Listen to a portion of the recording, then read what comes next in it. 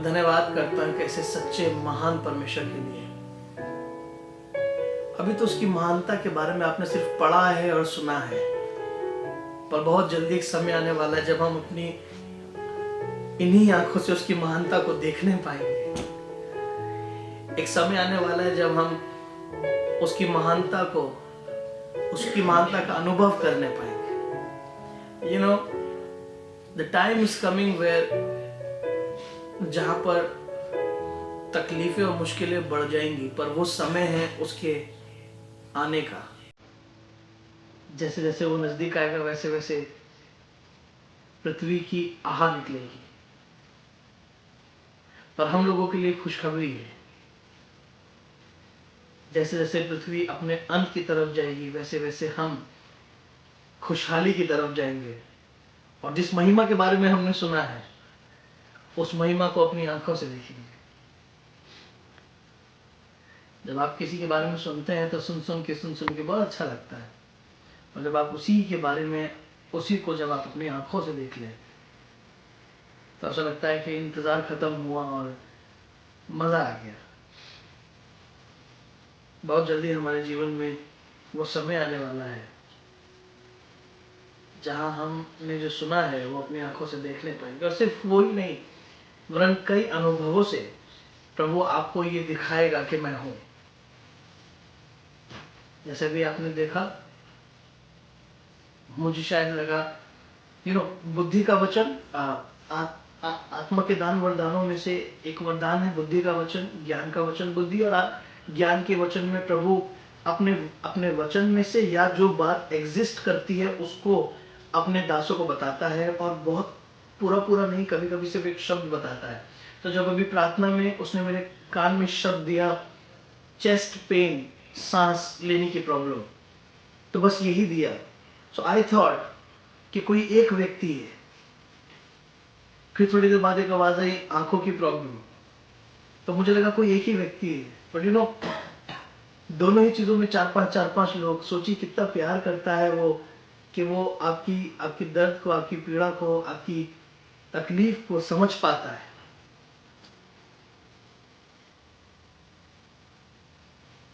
मैं ऐसे महान परमेश्वर का धन्यवाद करता हूं जो हमारी मुश्किलों के समय में भी हमारे साथ रहता है। उसके साथ होने का मतलब ही कदापि नहीं है कि मुश्किलें आएंगी नहीं। उसके साथ होने का मतलब कदापि ये नहीं है कि अंधकार आपके पास नहीं आएगा।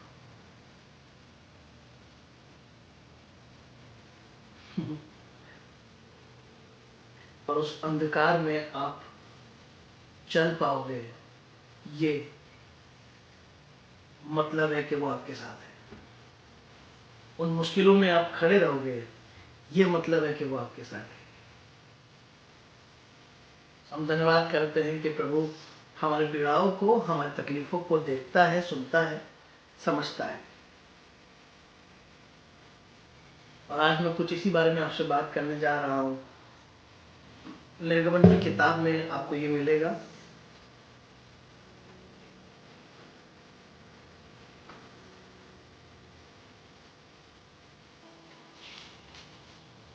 निर्गमन उसका 3रा अध्याय है।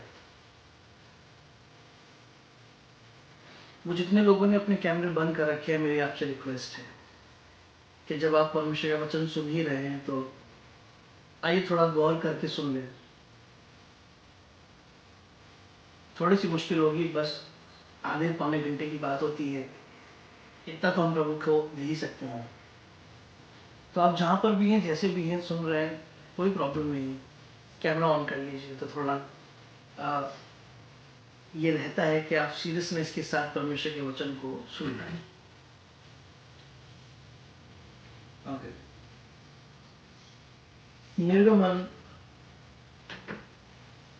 उसका 3रा अध्याय है और उसके 7वें पद को पढ़ेंगे। निर्गमन 3 और उसका 7वां पद मिल गया सबको? मैं पढ़ूं? देखिए वहां पे क्या लिखा है। फिर यहोवा ने कहा, मैंने अपने प्रजा के लोग जो मिस्र में हैं उनके दुख को निश्चय देखा है, और उनकी जो चिल्लाहट परिश्रम कराने वालों के कारण होती है उसको भी मैंने सुना है, और उनकी पीड़ा पर मैंने चित्त लगाया है।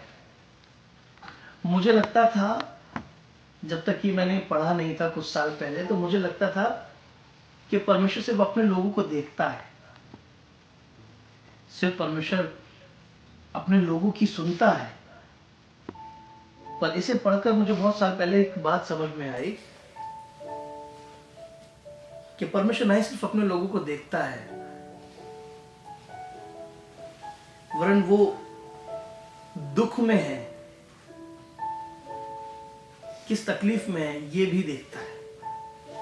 लिखा है, फिर यहोवा ने कहा, मैंने अपनी प्रजा के लोग जो मिस्र में हैं उनके दुख को निश्चय देखा है। मुझे लगा था कि वो सिर्फ लोगों को देखता है, पर वो हमारे दुख को भी देखता है। वो देखता है कि आपको क्या क्या दुख है, वो देखता है कि आपको क्या क्या तकलीफ है, वो देखता है कि किसने आपका हक मार लिया, उसने देखा है कि किसने आपके साथ गलत किया है, उसने देखा है कि किसने आपके साथ बदजबानी करी है, बदतमीजी करी है, उसने देखा है कि किसने आपके साथ अन्याय किया है। वो सिर्फ हमें नहीं देखता है, पर हमारे साथ क्या हो रहा है, क्या चल रहा है, वो भी देखता है। क्योंकि वो सिर्फ कहने के लिए हमारा परमेश्वर नहीं है, वो मूर्ति नहीं है जो खुली आंखों से सब देख रही है, जिसकी आंखें हैं पर वो देख नहीं रही। पर वो सच्चा परमेश्वर है जो ना ही सिर्फ हमें देखता है, वरन हमारे दुख को भी देखता है। हम क्या पहन रहे हैं और कब से वो ही पहन रहे हैं, वो ये भी देखता है। हमारे पास कौन सी चीज है और कब से है, वो ये भी देखता है। मैं आपको अपनी गवाही बताना चाहता हूं। कुछ समय पहले, कुछ साल पहले सेवा के दौरान हम एक डिफिकल्ट टाइम से निकल के चल रहे थे।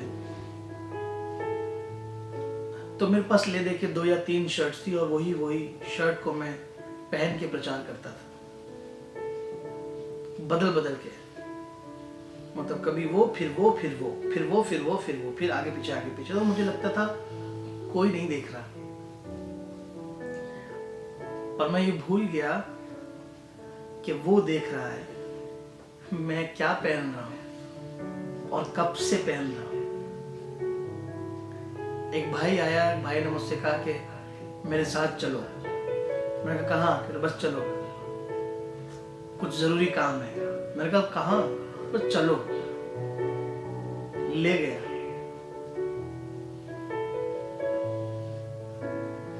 तो एक अच्छे खासे स्टोर में ले गया, और अंदर ले जाके किसी व्यक्ति को कहते हैं कि इनके साइज के 2-3 जीन्स, 2-3 पैंट, 2-3 शर्ट निकालो। मैं उसका मुंह देखा, मैंने कहा प्रभु ऐसा क्यों? तब मुझे वर्ष याद आई कि वो सिर्फ मुझे नहीं देखता, मेरे पैरों को देखता है कि जूते कितने फटे हैं, मेरे कपड़ों को भी देखता है कि मैं कैसा लग रहा हूं, मैं कौन सी चीज कब से पहन रहा हूं। और उसके बाद प्रभु ने मुझे फिर बरकत दी, और उस भाई के जैसे न जाने कितने लोग क्या क्या कपड़े अपड़े दे देते हैं गिफ्ट में, मैं बता ही नहीं सकता। अभी हाल फिलहाल में मेरा एक बच्चा, मैंने उसको बोला कि मुझे तैयार होना है, तो कह रहा भैया मैं शर्ट्स दे देता हूँ आपको। तो उसने मुझे शर्ट्स निकाली, वो बोला भैया इसमें से कुछ भी पसंद कर लीजिए, मेरे ही अलमारी से निकाली थी।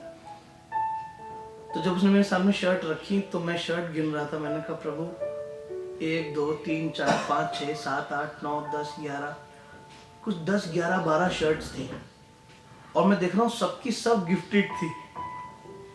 और मैंने कहा 12 शर्टें प्रेस पड़ी हैं, 2-4 शर्टें गंदी पड़ी हैं। और मैं अपना सर पकड़ के वो दिन याद करने लगा कि मैं वही 3 शर्ट बार बार पहनता था। खुदा ने उस शर्ट को देखा, और क्योंकि मैंने उस शर्ट में प्रचार करना बंद नहीं करा, तो उसने कहा क्योंकि तूने प्रचार करना बंद नहीं करा, मैं तुझे कपड़े पहनाना बंद नहीं करूंगा। वो सिर्फ हमको नहीं देखता है, पर हमारे दुख को भी देखता है। वो सिर्फ हमको नहीं देखता, वो हमारी तकलीफों को भी देखता है। आप रात को कब खांसते हैं, शायद आपका पति नोट ना करे, शायद आपकी बीवी नोट ना करे, तो उसको बिल्कुल मालूम है कि आप रात को कितने बजे खांसे थे। कई घरों में होता है ना, जब वाइफ रात को बीमार हो जाती है तो सुबह उठ के हस्बैंड को बताती है तुम्हें तो होश भी नहीं था, तुम सो रहे थे। जब हस्बैंड रात को थोड़ा सा परेशान होता है तो वो सुबह उठ के कहता है तुम्हें तो जरा सा मालूम भी नहीं था, तुम तो सो रही थी। सच बात यह है, सब थक के कभी कभी सो जाते हैं और अपने जीवन साथी को भी कुछ सेकंड्स के लिए छोड़ देते हैं। पर एक वो है जो पूरी पूरी रात देखता है कैसे सो रहा है, कितनी बार खांसा, कितनी बार करवट ली, वो सब कुछ देखता है। आप भूल सकते हैं कि किसने आपके साथ क्या किया, वो कभी नहीं भूलता, कभी नहीं भूलता। और आज मिस्रियों के लिए इजरायलियों के लिए कह रहा है, जब वो मिस्र में है, कह रहा है फिर यहोवा ने कहा मैंने अपनी प्रजा के लोग जो मिस्र में हैं उनके दुख को निश्चय देखा है, और उनकी जो चिल्लाहट परिश्रम कराने वालों के कारण होती है उसको भी मैंने सुना है। मतलब वो लोग चिल्लाते थे हाय प्रभु हमारे साथ ऐसा क्यों, हाय प्रभु हमारे साथ ऐसा क्यों, और किसकी वजह से वो चिल्ला रहे हैं उसने वो भी देखा है। लिखा है परिश्रम कराने वालों की वजह से जो वो चिल्लाते थे, उस चिल्लाहट को मैंने सुना है। मतलब आपने किस किस लोगों की वजह से आंसू बहाए, वो व्यक्ति का चेहरा याद है उसको, वो व्यक्ति का नाम पता है उसको। वो प्यार करने वाला परमेश्वर है, कभी नहीं छोड़ेगा। आप भूल जाएंगे पर वो नहीं भूलेगा, आप भूल जाएंगे पर वो कदापि नहीं भूलेगा आपके साथ किसने क्या किया था, आपके साथ क्या हुआ था, कभी नहीं भूलेगा। मैंने पहले भी बताया है, आज फिर से वो किस्सा याद आ रहा है, क्योंकि अभी मैं पिछले हफ्ते वहां होकर आया हूँ। हम एक जगह जाना था, तो रास्ते में वो स्कूल पड़ा जिस स्कूल से मैं पढ़ा हूँ। तो मेरे साथ मेरा बेटा था, मेरी वाइफ थी, मेरा भाई था और एक और भाई था। तो मैं उनको दिखाने लगा कि आओ तो मैं वो स्कूल ले चलता हूँ जहां से मैं पढ़ा हूँ। उसी स्कूल में एक टीचर ने मेरे पापा मम्मी से कहा था कि ये गुंडा बनेगा, ये गुंडा बनेगा, इसे संभाल लो, ये गुंडा बनेगा। और वो ये कहकर पता नहीं कहां चली गई, भूल गई होगी। पर कोई था जो इस बात को नहीं भूला, उसके कानों में हर रोज ये बात गूंज रही होगी। कुछ महीनों और कुछ सालों तक चुप रहा, क्योंकि जब ये किस्सा हुआ तब मैं क्लास 4 में था। कुछ साल शांत रहा पर भूला नहीं। पर कुछ साल बाद कुछ ऐसा हुआ कि परमेश्वर ने मुझे उसी स्कूल का टीचर बना दिया और मैं उसी स्कूल में पढ़ाने लगा। तब मुझे याद आया, सब भूल गए कि उस टीचर ने क्या कहा था, पर वो कभी नहीं भूला। इसलिए आज अगर आपके साथ कुछ गलत हो रहा है, कोई घर का व्यक्ति आपके साथ कुछ गलत कर रहा है, कोई बाहर का व्यक्ति आपके साथ कुछ गलत कर रहा है, कोई परिस्थिति आपके साथ अच्छी नहीं है, तो ये ना भूलिएगा कि कोई है जो उसको देख रहा है। आप ये याद रखिएगा कि परमेश्वर सब कुछ देख रहा है, सब कुछ सुन रहा है, और किसने क्या किया है आप अकेले नहीं हैं। बस थोड़े दिन के लिए शांत आपको भी रहना पड़ेगा और वो भी शांत रहेगा। आपको याद है ना कि जो उसे क्रूस पे चढ़ा रहे थे उससे कह रहे थे अपनी निर्दोषता में कुछ कह दे, तो वो चुप था। उस समय वो चुप था और उसने अपने निर्दोष होने के लिए एक शब्द नहीं कहा कि मैंने ऐसा कुछ नहीं करा। वो अपने लिए भी चुप था, वो हमारे लिए भी चुप है, क्योंकि उसे पता था अभी चुप ही रहना भला है, तीसरे दिन बात होगी जब मुर्दों में से जी उठूंगा। आपके लिए भी समय है। कौन आपके साथ क्या कर रहा है, कौन सी परिस्थिति आपको कितना तोड़ रही है, कितने आंसू दे रही है, वो सब देख रहा है। सब चीजों का हिसाब किताब होगा भाई। बस एक बार पापा को सही समय ला लेने दो। फिरौन को लग रहा है कि मैं खुद ही इजरायलियों को पकड़े हुए हूं, उन्हें जाने नहीं दे रहा।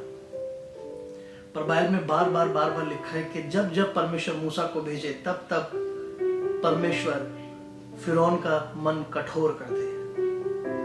पढ़ा है आप लोगों ने? जब जब परमेश्वर मूसा को वहां भेजे तब तब परमेश्वर फिरौन का मन कठोर कर दे। क्यों कठोर कर रहे हो? क्या चाहते हो? एक तरफ मूसा को भेज रहे हो कि उसको बोल जाने दे, दूसरी तरफ खुद ही फिरौन का मन कठोर कर रहे हो। चाहते क्या हो? मेरे साथ निकालिए कि जो आपको मिलेगा रोमियो उसका 9वां अध्याय, रोमियो 9 और उसका 17वां पद। रोमियो 9 उसका 17वां पद।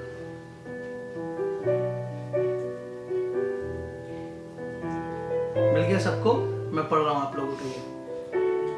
क्योंकि पवित्र शास्त्र में फिरौन से कहा गया था, मैंने तुझे इसीलिए खड़ा किया है कि तुझ में अपनी सामर्थ दिखाऊं और मेरे नाम का प्रचार सारी पृथ्वी पर हो।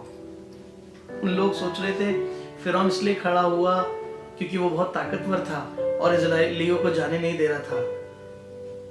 इजरायली इसलिए सोच रहे थे कि हमें बार बार फिरौन रोक रहा है क्योंकि वो बहुत ताकतवर है। जी नहीं, खुद परमेश्वर ने फिरौन को खड़ा किया ताकि परमेश्वर फिरौन को अपनी सामर्थ दिखाए। और उनसे क्या ले? फिरौन से क्या ले? बदला ले। किस चीज का बदला? अभी हमने तीसरे अध्याय में क्या पढ़ा? उनके दुख को देखा है और परिश्रम कराने वालों की वजह से जो चिल्लाहट उनकी थी उसको सुना है। खुदा एक बार में निकाल सकता था, फिरौन अपने घर में बैठता, इस मिस्री अपने घर में बैठते और इजरायली निकल जाते, पर नहीं, खुद ही वो जानबूझकर ऐसी परिस्थितियां पैदा कर रहा था कि मिस्री लोग इजरायलियों को रोके, फिरौन इजरायली को रोके और परमेश्वर बदला ले। उनके पहलौटे मार दिए, उनकी फसलें चट करवा दी, मौत का बादल भेज दिया, धनादन बदला लिया। वो सारी आंसू, वो सारी दुख, वो सारी तकलीफ जो इजरायलियों ने मिस्र में रह के करी, परमेश्वर ने एक एक बात का बदला लिया। क्या कारण था? कारण सिर्फ इतना था कि वो अपने लोगों से प्यार करता है और वो कभी नहीं भूलता। 10 विपत्तियां भेजी उसने मिस्र को सबक सिखाने के लिए। शायद आपको भी किसी ने आपके किराए के घर में रहने का मजाक तो कभी नहीं उड़ाया। शायद आपको आपके किसी पॉलिटिक्स से आपकी कोई प्रमोशन तो नहीं रोकी, या चतुराई से आपका पैसा तो नहीं खाया। अगर खाया है, अगर पॉलिटिक्स करके आपका प्रमोशन रोक दिया, या आपको आपके कम पैसे होने के, गरीब होने की दशा याद दिलाई है, या चाहे किसी ने कुछ खराब ना किया हो, शैतान ने आपको याद दिलाया हो कि देखो तुम कितने छोटे कितने गरीब हो, तो मैं आपको बता रहा हूं, सब कुछ दिमाग में याद कर लेता है वो, और उनका चेहरा उनकी आंखों में घूमता रहता है। उसके बाद सही समय पर उन्हीं लोगों के सामने आपको खड़ा करेगा। खड़ा रहा फिरौन और उसकी सेना, और उनकी आंखों के सामने देखते देखते इजरायली लोग लाल समुंदर पार कर गए और वो कुछ ना कर पाए। एक समय आएगा जब हम भी उन्हीं के सामने से जाते हुए दिखेंगे, उठते हुए दिखेंगे, उन्हीं लोगों को जिन्होंने हमारी गरीबी का, हमारे खराब दिन का, हमारी पीड़ाओं का, हमें याद दिलाया और हमारे साथ बदसलूकी करी। आप भूल सकते हो, वो कभी नहीं भूलता। मैं आपको पढ़ाना चाहता हूं, जल्दी से निकालिए निर्गमन उसका 19वां अध्याय। निर्गमन 19वां अध्याय और उसका 4था पद। निर्गमन 19 और उसका 4था पद पढ़िए। तुमने देखा है कि मैंने मिस्रियों से क्या क्या किया, तुमको मानो उकाब पक्षी के पंखों पर चढ़ाकर अपने पास ले आया हूं। देखिए क्या कह रहा है, तुमने देखा कि मैंने मिस्रियों से क्या क्या किया, तुमको मानो उकाब पक्षी के पंखों पर चढ़ाकर अपने पास ले आया हूं। परमेश्वर याद दिला रहा, देखा तुमने कि मैंने क्या क्या किया, और तुमको मिस्र से ऐसे निकाल लाया जैसे उकाब पक्षी अपने पंखों पे किसी को बिठा के ले आया हो। अभी आपको धूप लग रही है, कोई जानवर परेशान कर रहा है, कोई व्यक्ति परेशान कर रहा है, कोई परिस्थिति परेशान कर रही है, या कुछ चीजें आपको और मुझको समझ में नहीं आ रही है, पर बहुत जल्दी हमारी दुआओं का जवाब हमारा परमेश्वर हमें यूं देगा कि आपको भी याद दिलाएगा कि तुम्हें मालूम है कि मैं कैसे निकाल लाया हूं तुम्हें। बिल्कुल उकाब के पक्षी किसी को जैसे पंखों पे रख लेता है, मैं तुम्हें वैसे ही निकाल लाया। आग का भट्टा वो खुद ही जला रहा है और 7 गुना खुद ही धक्का भी रहा है, ताकि जब आप उस आग के भट्टे में जाओ तो वो खुद आपके साथ उतरकर लोगों को ये दिखाए नॉर्मल आग से ज्यादा जल रहा है, फिर भी ये जल नहीं पा रहे हैं, मैं निकाल के लाया हूं उनको। फिरौन को कड़ा से कड़ा, कठोर से कठोर इसलिए कर रहा है ताकि फिरौन अपनी सारी ताकत लगा दे तो भी इजरायलियों को रोकने ना पाए। आपके लिए मुश्किल से मुश्किल हालात पैदा ही इसलिए हो रहे हैं ताकि वो आपके सामने खड़े होकर आपको बताए, हाँ देखा तुम्हारे लिए सब लोगों ने एड़ी से चोटी का दम लगा लिया, पर तुमने देखा कि मैं तुम्हें कैसे निकाल के लाया हूं। वो अंत में आपके कान में ये जरूर बोलेगा जो उसने इजरायली से कहा, देखा तुमने मैंने मिस्र के साथ क्या क्या किया है। ऐसा नहीं लग रहा कि वो ये परमेश्वर इजरायलियों को उनका बदला याद दिला रहा है, देखा तुमने मैंने क्या क्या किया, कि उनके दिल को तसल्ली मिले कि हंटर मारे थे प्रभु, उनको सूखी हड्डियां दी हमें खाने को, हमारे बच्चों तक को नहीं छोड़ा, हमारे बुजुर्गों पे भी हाथ उठाया है। 400 साल गुलामी करी है, मेरा दादा गुलामी करके मर गया, मेरा बाप गुलामी करके मर गया, अब हमें और हमारे बच्चों को भी नहीं छोड़ा इन लोगों ने। खुदा ने ये सारी बातें याद कर ली थी और आज खुदा सब चीजों से उन्हें निकाल कर 10 विपत्तियां उस देश पर भेजकर फिरौन को मुंह की खिलाकर मिट्टी चटवाकर जब इजरायलियों को बाहर लाया तो मालूम क्या कह रहा, देखा तुमने कि मैंने मिस्र के साथ क्या क्या किया है। अगर कोई बीमारी आपको बहुत पीड़ा दे रही है, अगर कोई कर्जा आपको बहुत पीड़ा दे रहा है, अगर कोई व्यक्ति आपको परेशान कर रहा है, अगर आपकी सेवा में आपको कोई उठने नहीं दे रहा, कोई हो कितने हो सब आ जाए,